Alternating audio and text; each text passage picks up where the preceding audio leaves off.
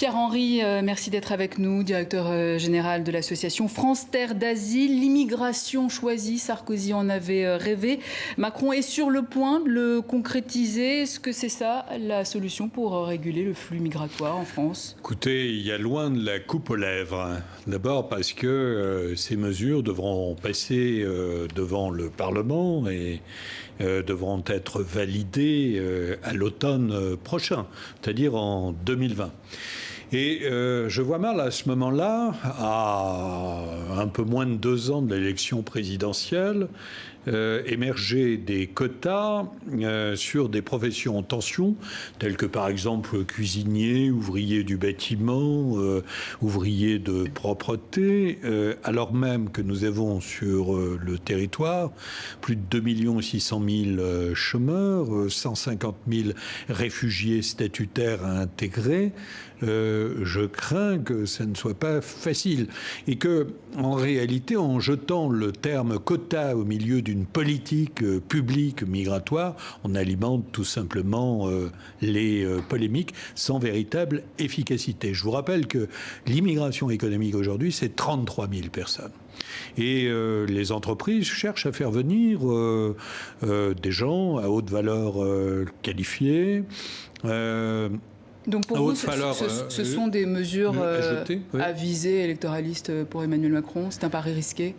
C'est un pari extrêmement risqué. En réalité, on s'adresse à un public qui est plutôt celui des droites identitaires et qui emploie ce terme depuis très longtemps, par exemple en matière de quotas. Vous savez, quand la droite emploie le terme quota, c'est pour réduire les flux. Donc on voit déjà les polémiques apparaître. Autre mesure sur la question de la réduction ou l'instauration plus exactement d'un délai de carence pour les demandeurs d'asile au système d'assurance maladie. Oui, l'accès à la santé limité. Oui, je rappelle tout simplement que ces systèmes de santé publique sont des systèmes de prévention et qui nous concernent tous. Et on ne demande pas aux microbes, aux virus, leur papier à la frontière. Mais est-ce qu'au final, ça ne reviendrait pas moins cher pour le gouvernement? Parce que c'est ça aussi l'objectif du gouvernement, faire des économies, j'imagine.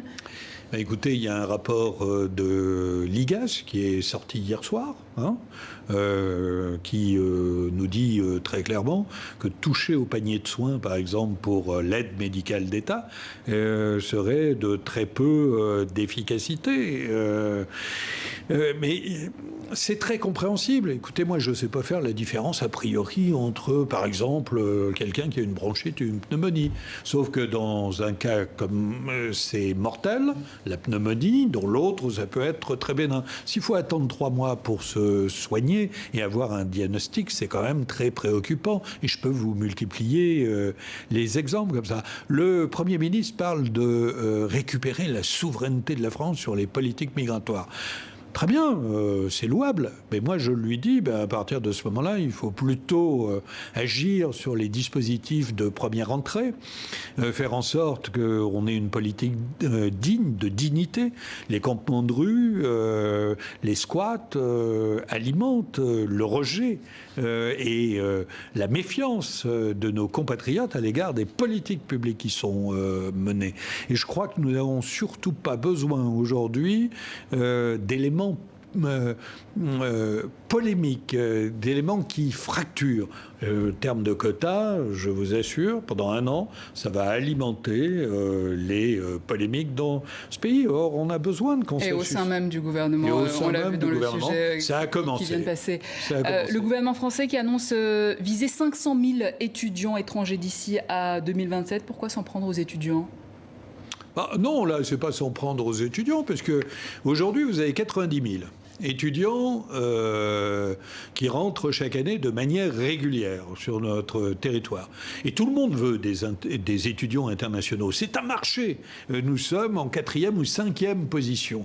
Et de droite comme de gauche, tout le monde dit il nous faut des étudiants internationaux. Très bien, 2027, 500 000, c'est un objectif ambitieux. Et je dois dire qui me me paraît quand même, malgré tout, difficilement atteignable.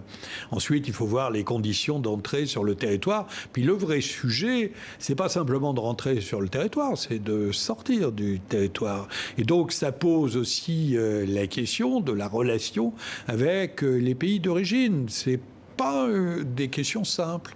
Pierre-Henri, merci. Je rappelle que vous êtes Merci directeur général de l'association France Terre d'Asile.